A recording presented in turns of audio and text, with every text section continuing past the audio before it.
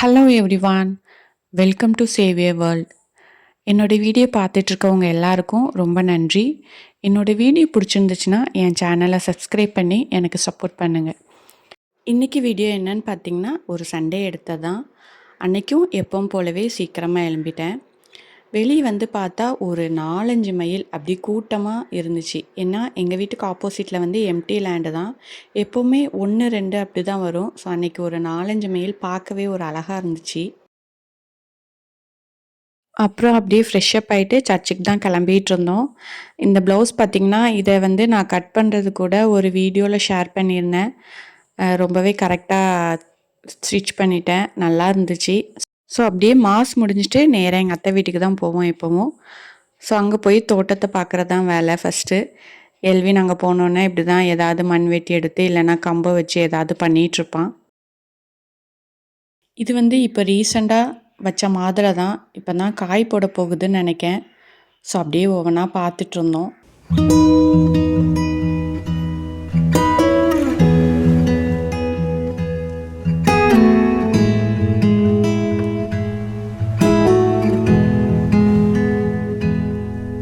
So அங்கே போனோன்னே எப்போவுமே எங்களுக்கு வந்து கருப்பட்டி காஃபி கிடைக்கும். கருப்பட்டி காஃபி வந்து ரொம்பவே குடிக்கிறதுக்கு நல்லாயிருக்கும். ஸோ அப்படியே நல்லா தோட்டத்தில் காற்று வாங்கிட்டு காஃபியும் குடிச்சிட்டு, எல்வினும் அன்றைக்கி சண்டே கிளாஸ் போக வேண்டியது இருக்குமா, ஸோ அவனை அப்படியே சண்டே கிளாஸ் அனுப்பி விட்ருவேன்.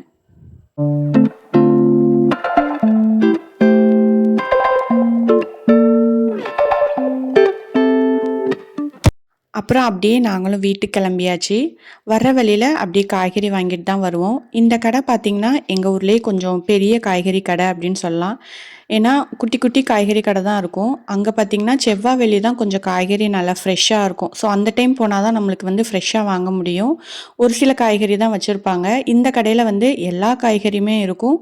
கொஞ்சம் ஃப்ரெஷ்ஷாகவும் இருக்கும், நிறையாவும் இருக்கும்.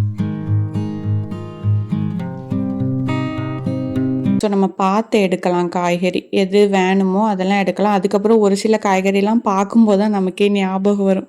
ஓ! இதெல்லாம் காய்கறி இருக்கா? நம்ம வாங்காமல் இருக்கோம் அப்படின்ட்டு. ஸோ அதனால எப்போவுமே இந்த கடைக்கு தான் போவோம். போய் அப்படியே காய்கறிலாம் வாங்கிட்டு அப்படியே வீட்டுக்கு தான் கிளம்பிட்டோம். ஸோ அன்றைக்கி பார்த்திங்கன்னா பிரேக்ஃபாஸ்ட்லாம் முடிச்சுட்டு லன்ச்சு தான் ப்ரிப்பேர் பண்ண போகிறேன். எப்போவுமே சண்டே அப்படின்னாலே கொஞ்சம் வேலை அதிகமாக தான் இருக்கும். ஸோ காய்கறி கட் பண்ணுற வேலை பார்த்திங்கன்னா கொஞ்சம் நிறையா இருக்கும். ஆனால் அன்றைக்கி வந்து எனக்கு காய்கறி கட் பண்ணுற வேலையே கிடையாது. வெறும் வெங்காயம் மட்டும்தான் கட் பண்ணேன்.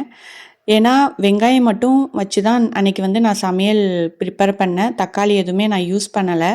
வேறு ஒன்றும் இல்லை, அன்றைக்கி நான் வந்து கீ ரைஸும் சிக்கன் ரோஸ்ட் தான் பண்ணியிருந்தேன். இந்த சிக்கன் ரோஸ்ட்டுக்கு வந்து தக்காளி யூஸ் பண்ணாமல் கார்லிக் மட்டும் கொஞ்சம் குட்டி குட்டியாக கட் பண்ணி கொஞ்சம் அதிகமாக யூஸ் பண்ணணும். அப்புறம் வெங்காயம் மட்டும் யூஸ் பண்ணணும்.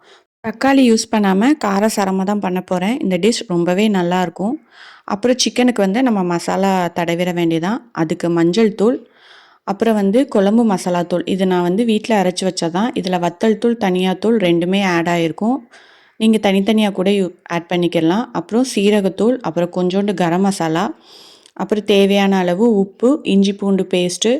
இதுக்கு வந்து நம்ம தக்காளி ஆட் பண்ணதுனால லெமன் வந்து கொஞ்சம் எக்ஸ்ட்ரா அதிகமாக ஆட் பண்ணிக்கலாம். தயிர் எதுவுமே நான் ஆட் பண்ணல. வெறும் லெமன் மட்டும்தான் இந்த டிஷ்க்கு ஆட் பண்ணணும். ஸோ மசாலாலாம் நல்லா சிக்கனில் படுற மாதிரி நல்லா மிக்ஸ் பண்ணி ஒரு 1/4 மணி நேரம் இல்லைன்னா அரை மணி நேரம் நல்லா ஊற வச்சா போதும்.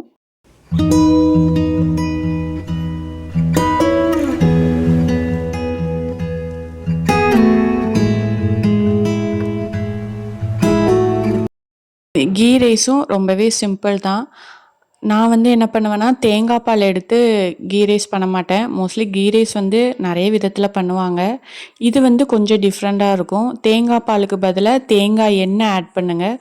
கொஞ்சம் நல்லாயிருக்கும் டேஸ்ட்டு. நம்ம இந்த ஹோட்டல்லாம் சாப்பிடுவோம்ல, அந்த மாதிரி ஒரு டேஸ்ட் இருக்கும் இதில். நம்ம நெய் ஆட் பண்ணி அது கூட கொஞ்சம் தேங்காய் எண்ணெயும் ஆட் பண்ணால், செக்கில் ஆட்டின தேங்காய் எண்ணெய் தான் நான் ஆட் பண்ணியிருக்கேன். ஆட் பண்ணி எப்பவும் போலவே நம்ம பட்டை, கிராம்பு, ஏலக்காய், வெங்காயம், அப்புறம் சீரகம், பெருஞ்சீரகம் எல்லாம் ஆட் பண்ணிவிட்டு, இதுக்கு வந்து கொஞ்சம் ஃப்ளேவர் கொடுக்கணுன்னா அந்த புதினா கொஞ்சம் ஆட் பண்ணுவாங்க. ஸோ ரொம்ப ஆட் பண்ணலை, நான் கொஞ்சமாக ஆட் பண்ணால் போதும். ஃபஸ்ட்டு நானுமே தேங்காய் பால் எடுத்து தான் கீ ரைஸ் பண்ணிகிட்ருந்தேன். பட் அப்படி பண்ணும்போது என்னென்னு பார்த்திங்கன்னா, கொஞ்சம் லேட் ஆனால் நமக்கு நைட்டு கொஞ்சம் சாப்பிட லேட் ஆனால் அது கொஞ்சம் டேஸ்ட்டு மாறின மாரி இருக்கும். சீக்கிரம் கொஞ்சம் கெட்டு போகிற மாரி இருக்கும். ஸோ அதனால என்ன பண்ணுவேன்னா, தேங்காய் பால் வந்து இப்போ ஆட் பண்ணுறதில்ல. அதுக்கு பதிலா தேங்காய் எண்ணெய் ஆட் பண்ணால் உண்மையிலேயே டேஸ்ட் வேறு லெவலில் இருக்கும். ஸோ அப்படியே தண்ணி ஊற்றி அது கொதிக்கிற நேரத்தில் சீரக சம்பா ரைஸ் தான் யூஸ் பண்ணுறேன். இது வந்து நான் எப்போவுமே இந்த ரைஸ் நான் ஊற வைக்க மாட்டேன். ஸோ ஊற வைக்காமல் அந்த வதங்குற டைமில் தான் கடகடன்னு அரிசியை நல்லா களைஞ்சி எடுத்துருவேன்.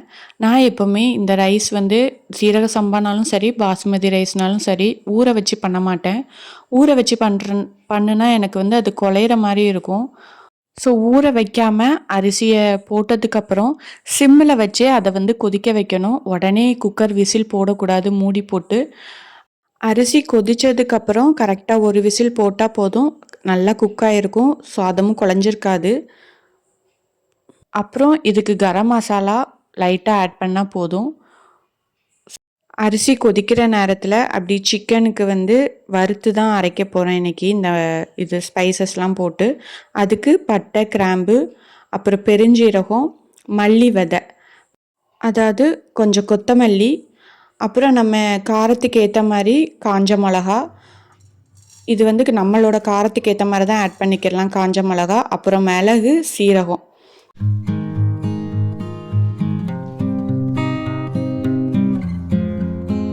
நல்லா வறுக்கும்போது அந்த மல்லி இந்த இதெல்லாம் நல்ல ஒரு ஃப்ளேவர் வரும்.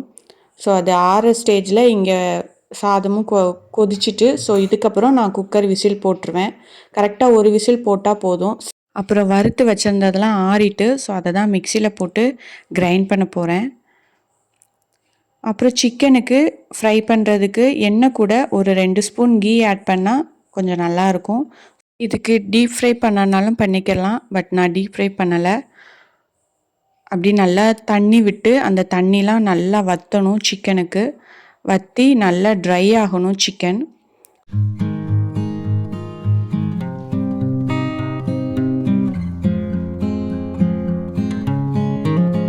அதுக்கப்புறம் கொஞ்சமாக எண்ணெய் ஆட் பண்ணி குட்டி குட்டியாக வெட்டி வச்சுருந்த அந்த பூண்டை தான் ஆட் பண்ணுறேன். இதுக்கு வந்து பூண்டு நல்ல ஒரு ஃப்ளேவர் கொடுக்கும். ஸோ பூண்டு, வெங்காயம் எல்லாமே கொஞ்சம் நல்லா வதங்கினதுக்கப்புறம் நம்ம வறுத்து வச்சுருந்த அந்த பவுடர் இருக்குல்ல, ஸோ அதை ஆட் பண்ணி ரொம்ப தண்ணி வேண்டாம். அந்த மிக்ஸி கழுவுற அந்த தண்ணி மட்டும் லைட்டாக ஆட் பண்ணி தண்ணி நல்லா கொதிச்சதுக்கப்புறம் நல்லா வற்ற வைக்கணும். ஏன்னா அந்த எண்ணெய் வந்து நல்லா பிரிஞ்சு வரணும். ஸோ சிம்லேயே வச்சு தண்ணியை வற்ற வச்சிட வேண்டியதான். கீ ரைஸும் ரெடி ஆகிட்டு நல்லா குழையாமல் உதிரியாக வந்திருக்கு.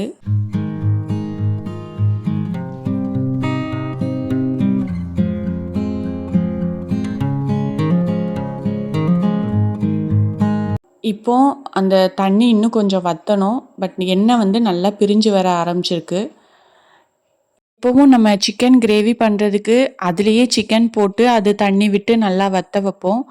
இதுக்கு வந்து அந்த மாதிரி பண்ணாமல் இப்படி தனியாக ஃபஸ்ட்டு சிக்கனை ஃப்ரை பண்ணி எடுத்துகிட்டு பண்ணும்போது அதோட டேஸ்ட் ரொம்பவே நல்லாயிருக்கும்.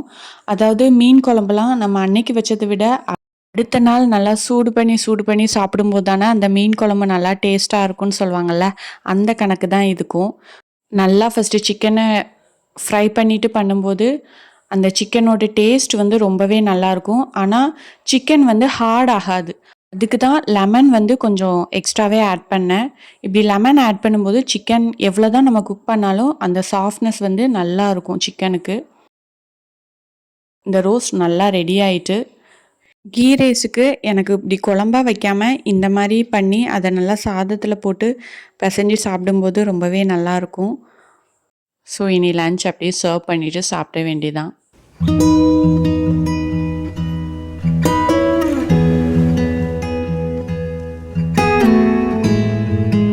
இதோட இந்த வீடியோ முடியுது. உங்கள் வேல்யூபிள் டைமை என் கூட ஸ்பெண்ட் பண்ணதுக்காக ரொம்ப ரொம்ப நன்றி.